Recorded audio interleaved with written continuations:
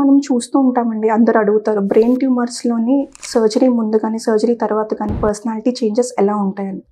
Mostly మనం ఏం చూస్తామంటే brain tumour surgery తర్వాత కన్‌ఫ్యూజన్ స్టేట్ ఇవన్నీ చూస్తాము. పేషెంట్‌లో లాంగ్ స్టాండింగ్ కేసెస్‌లో after surgery patient mostly depression గానీ, యాంగ్జైటీకి గానీ గురవుతారు.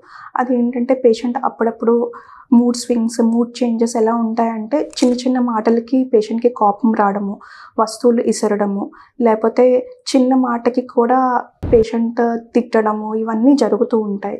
ఇవన్నీ పర్సనాలిటీ చేంజెస్ ఉంటాయి.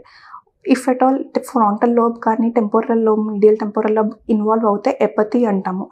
లైక్ పేషెంట్‌కి ఏమైనా అవునే వేరే వాళ్ళ ఎమోషన్స్‌కి అంత వాల్యూ ఇవ్వరు. ఇలాంటివన్నీ చేంజెస్ కొన్ని జరుగుతాయి.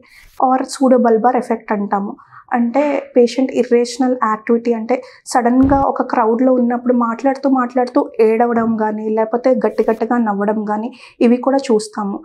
అవేంటంటే సూడో బల్బార్ ఎఫెక్ట్ అంటాము. బ్రెయిన్‌లో పర్సనాలిటీ చేంజెస్ ఇలాంటివి జరుగుతూ ఉంటాయి.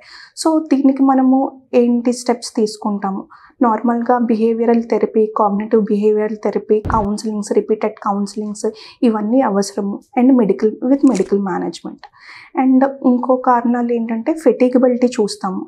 పేషెంట్ బాగా అలిసిపోవడం గానీ, బాగా కాన్సంట్రేషన్ తక్కువ అవ్వడం గానీ, ఇవన్నీ ఎప్పుడు చూస్తామంటే లాంగ్ స్టాండింగ్ కేసెస్‌లో డిప్రెషన్ సింప్టమ్స్ ఇలాగ ప్రెజెంట్ అవుతాయి. To like, comment, share and subscribe for regular health updates NASA Hospitals.